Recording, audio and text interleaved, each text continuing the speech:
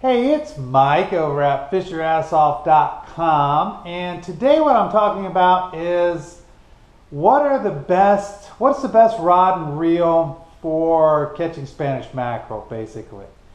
Spanish mackerel are one of those fish, they come rolling through the state different times a year. They're very, they like the water to be a certain temperature. So as soon as it gets below 70 degrees, wherever they are, they're out of there. They're going to go find some warmer waters to find their prey in. So that's really what you're looking for when it comes around to these Spanish mackerel. Here I am on the Treasure Coast. After the first cold fronts come through, they usually leave town. I don't know. It depends on if it's an early cold front or late cold front, but probably sometime around November they get kind of scarce and they come right back on through, usually sometime around April or May.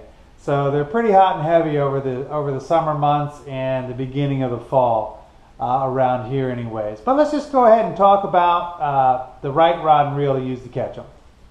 Okay, what is the best rod and reel for Spanish mackerel?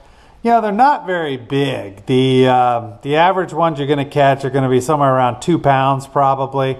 So I like to use my trout rod for them. A 2500 series reel.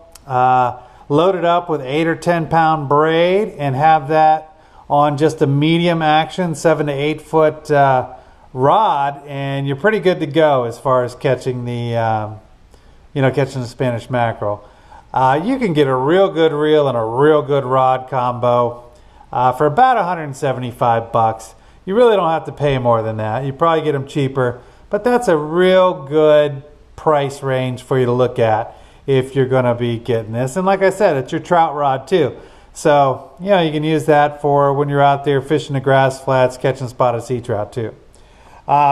If you're out, fishing on a boat, say you're offshore a little bit, and there's going to be some king mackerel mixed in with the Spanish mackerel, or just some bigger fish out there, you might want to step up a little bit to a 3500 series reel.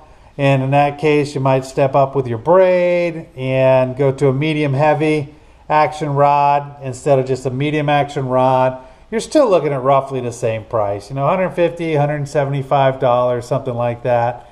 When I'm fishing inshore and it's just these Spanish mackerel, you can usually get away with about a 30-pound mono leader. They have real sharp teeth, but it's going to take them a while to cut through a 30-pound mono leader.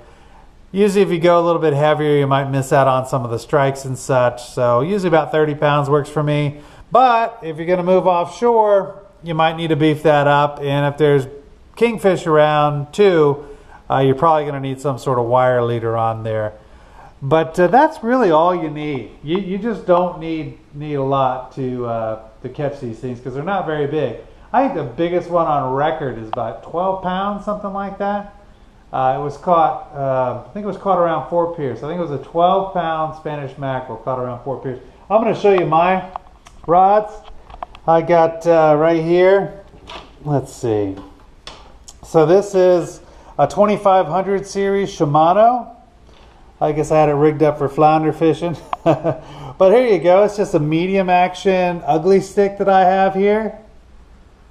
I think this reel was somewhere around $75, something like that. And I think the rod was somewhere around 50 bucks. So about $125, $130 all in on this one.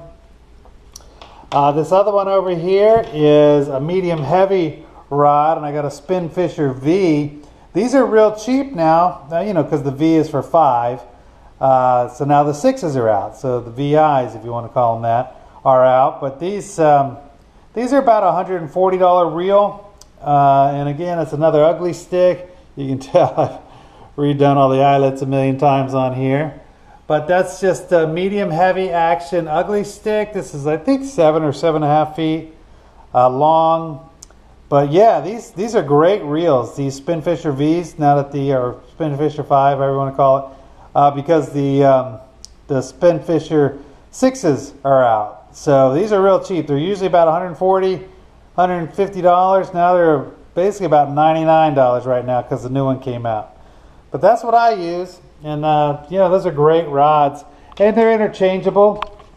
It could be your trout rod. The 2500 series is a great trout reel, and the 7-8 foot rod is great for trout. That 3500 and the medium heavy, you step up to that, and now you're catching the bigger redfish.